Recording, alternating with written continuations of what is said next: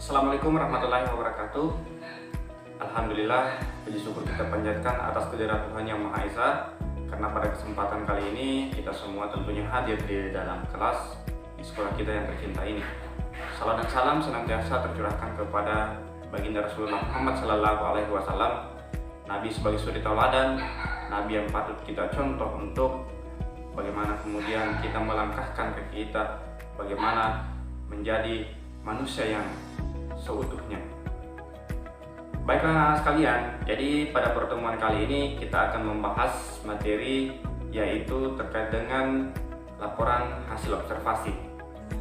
Baik, sebelum saya melanjutkan materinya, saya ingin bertanya kepada kalian semua, bagaimana kabarnya hari ini anak-anak?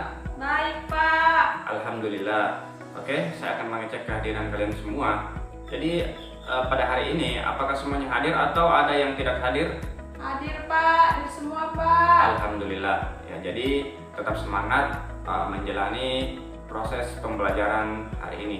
Ya, karena dari semangat itulah yang akan menentukan bagaimana nantinya kesuksesan di masa yang akan datang. Oke, kita lanjut terkait dengan laporan hasil observasi. Ya, adapun yang menjadi kompetensi dasar pada proses pembelajaran kali ini yaitu 3.2, yaitu menganalisis isi dan aspek kebahasaan dari minimal 2 teks laporan observasi. Ya, oke, sebelum Bapak melanjutkan materinya lebih jauh, saya ingin bertanya kepada kalian semua, apakah ada di sini yang mengetahui apa itu laporan hasil observasi?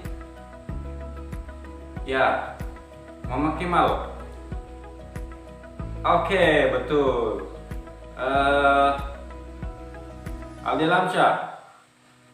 Oke, betul juga. Ya, jadi apa yang disampaikan sama teman-temannya tadi semuanya masuk kategori bahwa teks laporan hasil observasi adalah teks yang berisi penjabaran umum atau melaporkan sesuatu berupa hasil dari pengamatan. Kemudian teks laporan observasi juga disebut sebagai teks klasifikasi karena memuat klasifikasi mengenai jenis-jenis sesuatu yang berdasarkan seperti misalnya kriteria. Ya, di dalam laporan hasil observasi terdapat 2 struktur yang utama yang membantu teks laporan hasil observasi sehingga menjadi satu kesatuan struktur teksnya, yaitu yang pertama yaitu pernyataan umum atau klasifikasi, merupakan pembuka atau pengantar mengenai hal yang dilaporkan. Nah, di tahap ini akan disampaikan bahwa benda-benda di dunia ini bisa diklasifikasikan berdasarkan kriteria, perasaan, persamaan, dan perbedaan. Kemudian yang kedua yaitu anggota atau aspek yang dilaporkan merupakan bahasan atau rincian tentang objek yang diamati. Oke, baik. Sampai di sini apakah ada yang kurang dimengerti? Iya, Pak. Nah, di sini terkait struktur laporan hasil observasi, sepengetahuan saya itu terdapat struktur lainnya, Pak. Ya, betul. Ya.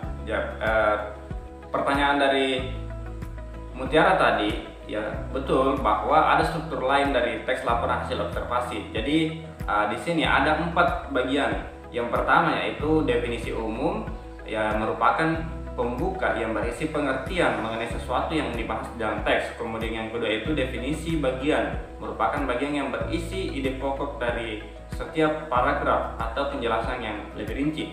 Kemudian yang ketiga yaitu definisi manfaat, merupakan bagian yang menjelaskan manfaat dari sesuatu yang dilaporkan. Kemudian yang terakhir adalah penutup, merupakan bagian rincian akhir dari teks. Ya, jadi seperti itu. Kita lanjut yang ketiga yaitu terkait dengan aspek kebahasaan laporan hasil observasi. Nah, di sini ada beberapa bagian yang akan saya jelaskan. Yang pertama yaitu kata serta frasa, verba, dan nomina. Nah, di jenis ini kata dan kelompok kata atau frasa yang dominan digunakan dalam sebuah teks laporan hasil observasi adalah verba atau kata kerja dan nomina atau kata benda. Nah, kemudian yang kedua yaitu afiksasi. Di dalam kegiatan berbahasa, kata yang digunakan dapat berupa kata dasar atau kata bentukan. Kata dasar adalah kata yang belum mendapat imbuhan, pemajumukan atau pengulangan. Nah, selanjutnya yang kedua yaitu afiksasi. Nah, apa sih itu afiksasi? Nah, di dalam kegiatan berbahasa, kata yang digunakan dapat berupa kata dasar atau kata bentukan. Nah, yang ketiga yaitu kalimat definisi dan kalimat deskripsi. Kalimat definisi yaitu kalimat yang menggunakan verba definitif, dan kalimat deskripsi yaitu kalimat yang menggunakan verba sebagai deskriptif. Kemudian selanjutnya yaitu kata kalimat simpleks dan kompleks. Kalimat di dalam sebuah teks dapat dibentuk hanya oleh satu klausa, yaitu bagian kalimat yang memiliki objek dan predikat atau predikatif. Kalimat yang hanya memiliki satu klausa disebut sebagai kalimat simpleks atau bisa disebut pula sebagai kalimat tunggal. Nah, itulah tadi mengenai aspek kebahasaan laporan hasil observasi. Saya ingin bertanya sama anak-anak sekalian, apakah ada di sini yang sudah paham atau masih ada yang belum mengerti terkait dengan apa yang saya sampaikan? Silakan bertanya. Saya, Pak. Ya, silakan. Di sini terkait afiksasi. Nah, Ya. di afiksasi tadi Bapak mengatakan terdapat kata dasar atau kata bentukan. Nah, di sini pertanyaan saya yaitu apa sih kata dasar itu dan apa kata bentukan itu? Ya, terima kasih atas pertanyaannya anak sekalian, yaitu terkait dengan kata dasar dan kata bentukan. Jadi di sini kata dasar adalah kata yang belum mendapat imbuhan, pemajemukan atau pengulangan, sedangkan kata bentukan adalah kata yang telah mendapat imbuhan atau afiksasi, pengulangan atau reduplikasi, dan pemajemukan ketika digunakan. Ya, jadi seperti itu. Sudah paham? Paham, Pak. Alhamdulillah. Oke, baik, selanjutnya kita masuk kepada analisis isi dan aspek kebahasaan teks laporan hasil observasi.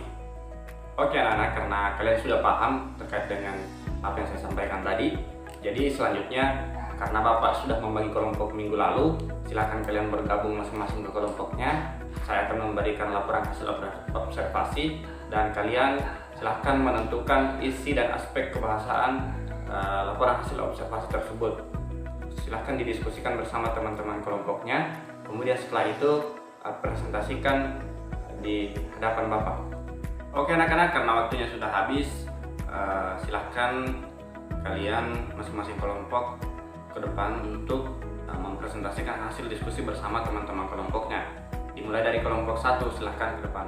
Ya, itulah tadi hasil presentasi dari kelompok 1. Penampilan dari kelompok 1 patut diberikan aplaus. Ya, jadi saya berikan kesempatan untuk anak-anak sekalian untuk bertanya. Apabila ada yang kurang dimengerti atau dipahami, silahkan bertanya kepada kelompok 1. Apakah ada yang mau dipertanyakan? Tidak ada, Pak. Ya, kalau begitu saya akan berikan kesempatan untuk kelompok 2 untuk mempresentasikan hasil diskusi bersama teman kelompoknya. Silahkan maju ke depan.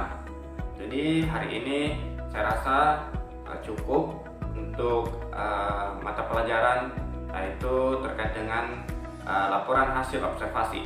Jadi buat anak-anak sekalian, jangan lupa ya dipelajari, dibaca bukunya apa yang menjadi pelajaran hari ini, karena minggu depan Bapak akan merefleksi kembali pelajaran-pelajaran yang telah kita pelajari hari ini. Ya, jadi saya rasa ini sudah cukup. Akhir kata dari saya, alhamdulillahirabbil alamin.